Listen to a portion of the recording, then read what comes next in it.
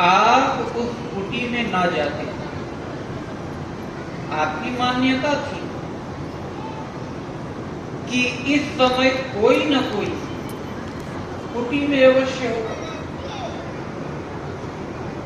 अपने दैनिक कार्यों से निवृत्त वह गपशप करके हमारे चिंतन का समय ही तो नष्ट करेगा।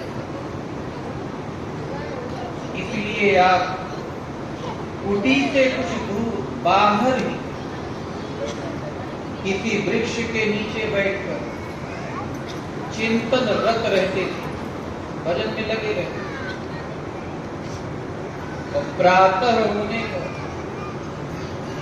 आप कुटी में चले जाते थे। तो जो वहां पर संत मिलते उनको सादर प्रणाम कर लेते। यदि उन्होंने कुछ दिया तो आप खा लेते, अन्यथा चुपचाप आगे बढ़ जाते थे। गुरु महाराज जी बताते थे कि सर्दियों की रातों में कभी कभी रात 12 बजे ध्यान उचट जाए तो इतनी ठंडक लगती थी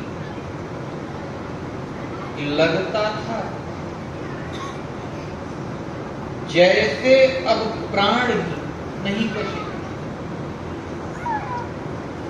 तो उस समय महाराज जी उठकर एक फरलांग तेजी से दौड़ लगाते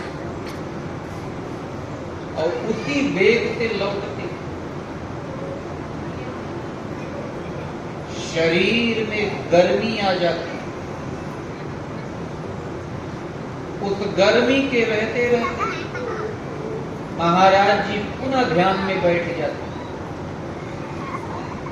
ध्यान लग जाता, सूरत पकड़ में आ जाती, सवेरा हो जाता।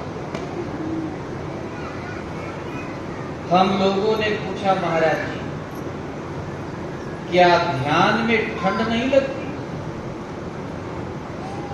उन्होंने बताया, जहां सूरत ध्यान में लगी, मन की दृष्टि ध्यान में टिक गई, तो शरीर में भीतर से गर्मी आ जाती थी। शरीर के बाहर चमड़े पर ठंड अवश्य लगती थी, रोए भी खड़े रहते थे, किंतु भीतर पूर्ण शांति और गर्मी बनी रहती थी।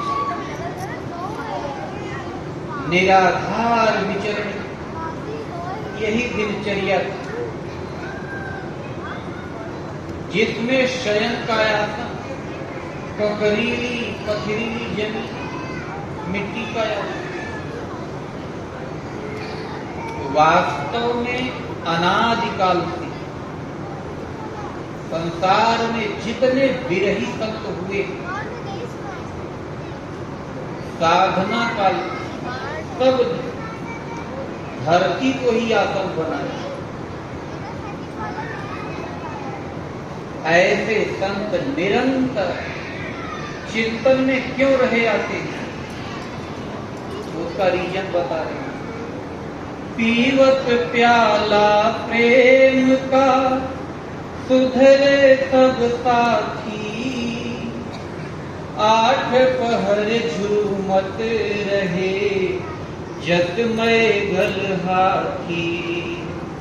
तरस दीवाना बावला अलमस्त फकीरा, एक एकाकी हो रहा असमत का धीरा। तो ऐसे संत प्रेम का प्याला पीते हैं, हमेशा प्रेम में छके रहते। आजकल इस प्रेम शब्द का दुरुपयोग होने लगा। अब तो लोग लिव इन रिलेशनशिप में रहने लगे।